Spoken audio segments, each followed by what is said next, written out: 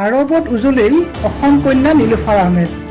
আৰবত অনুষ্ঠিত Asian world arm wrestling চেম্পিয়নশ্বিপত ব্ৰঞ্জৰ পদক জিনিবলৈ সক্ষম হ'ল গুৱাহাটীৰ আমবাৰী নিবাসী নীলুফাৰ আহমেদ।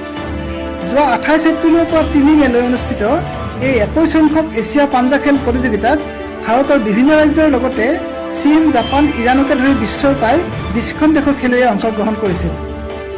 প্ৰতিযোগিতাত নীলুফাৰ আহমেদে 75 পৰা 70 কেজি শাখাত ব্ৰঞ্জৰ মেডেল আজুৰি আনিবলৈ সক্ষম হয়। আন্তৰ্জাতিক পৰ্যায়ৰ প্ৰতিযোগিতাত অসমৰ জীয়ৰীৰ সাফল্যত এতিয়া উৎফুল্লিত ৰাজ্যৰ ক্ৰীড়াপ্ৰেমীসকল।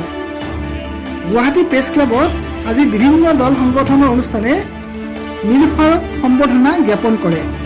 আজিৰ এই সম্বৰ্ধনা অনুষ্ঠানত ৰাজ্যৰ ক্ৰীড়াক্ষেত্ৰৰ শৈশী ডেমডুদৰ বাসিন্দা মুস্তাক আহমেদ আৰু ছফিয়া বেগমৰ কন্যা নীলুফাৰ বৰ্তমান ডাউনটাউন বিশ্ববিদ্যালয়ত অধ্যয়ন কৰি আছে। নীলুফাৰে 2022 চনতো কাশ্মীৰত অনুষ্ঠিত ৰাষ্ট্ৰীয় পাঞ্জা খেল প্ৰতিযোগিতাত সোণৰ পদক অৰ্জন কৰিবলৈ সক্ষম হৈছিল।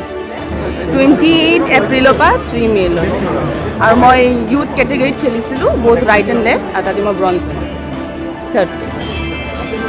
And there were various countries coming like Kazakhstan, Iran. It was a lovely experience, very tough, but however we learned a lot and we have to work more now.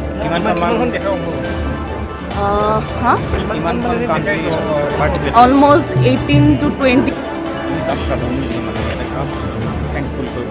Firstly, it's God, Allah, Bhagavan.